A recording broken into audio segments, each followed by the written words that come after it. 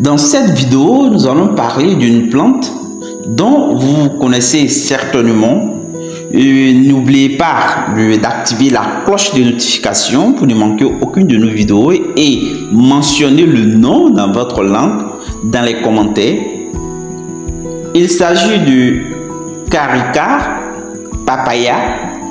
Les abeilles en Côte d'Ivoire l'appellent oloko, les bambara mandjé, les baoulés oflés. La papaye est un arbre à faible bois et droit sur un tronc creux, originaire d'Amérique et cultivé dans plusieurs régions tropicales, mais rare dans le Sahel en raison des manques d'eau. Les parties utilisées sur la papaye principalement, c'est les fruits, les racines, secondairement les graines. La papaye a plusieurs actions thérapeutiques. Elle est antibactérienne, antifongique, vermifuge, lutter contre les vers intestinaux, diurétique pour lutter contre la tension artérielle, anti-ulcéreux, anti-inflammatoire, démontré par une étude menée par Ostato et al. En 1993 et Caceres et al. En 1995. La papaye a plusieurs indications thérapeutiques.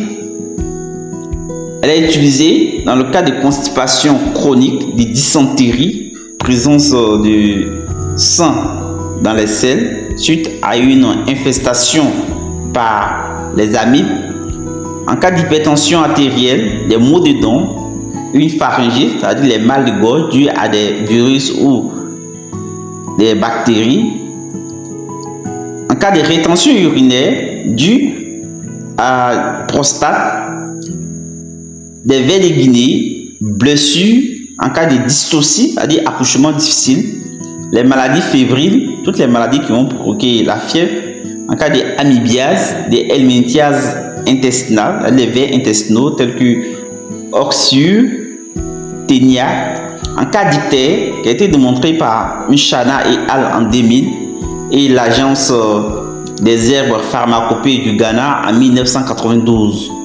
Selon AKAC en 2001 et la pharmacopée africaine en 1985, l'infusion des feuilles fraîches ou sèches de papaye est utilisée dans le cas des maladies fébriles, maladies qui vont provoquer la fièvre, le corps chaud.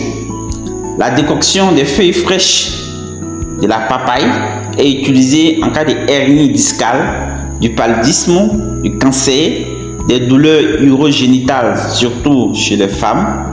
La décoction de fruits non mûrs est utilisée pour traiter l'hépatite virale, l'ictère, c'est-à-dire le jaunissement des œufs, l'anémie falciforme. Le fruit mûr écrasé est appliqué sur les figurons afin de les guérir.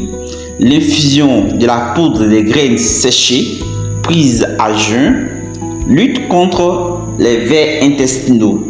Précaution d'emploi: la papaïne, qui est le principe actif de la papaye, peut provoquer un avortement en début de grossesse, qui a été démontré par ADBI et al. En 2002.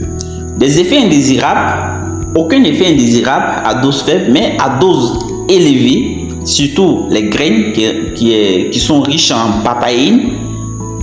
Elles peuvent provoquer l'irréversibilité de la tocolyse utérine, qui a été démontrée par ADBI et al. En 2003. Les contre-indications: en cas de grossesse et allaitement, en cas d'hypotension, une personne dont la tension baisse. Les médicaments anticoagulants doivent être pris au même moment que les médicaments anticoagulants prescrits dans les hôpitaux, tels que la warfarine, la coumadine, le miradon, qui a été montré par Char en 1993 et Schulman en 1997. Dosage et la forme galénique. La décoction doit être prise en raison de 30 g de feuilles séchées dans 900 ml d'eau jusqu'à réduction à 600 ml d'eau et prise une cuillère à café 3 fois par jour.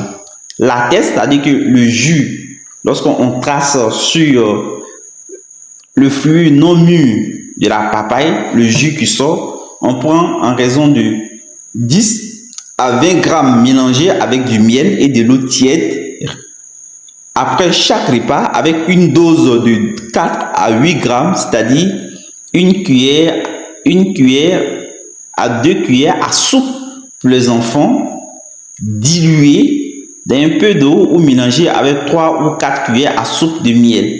Pour les adultes, on prendra 8 à 16 grammes, c'est-à-dire 2 à 4 cuillères à soupe diluée dans un peu d'eau ou mélangée avec 3 ou 4 cuillères à soupe de miel. La conservation, comme tout médicament, à conserver à l'abri de la lumière et de l'humidité, dans un récipient bien fermé et à la portée des enfants.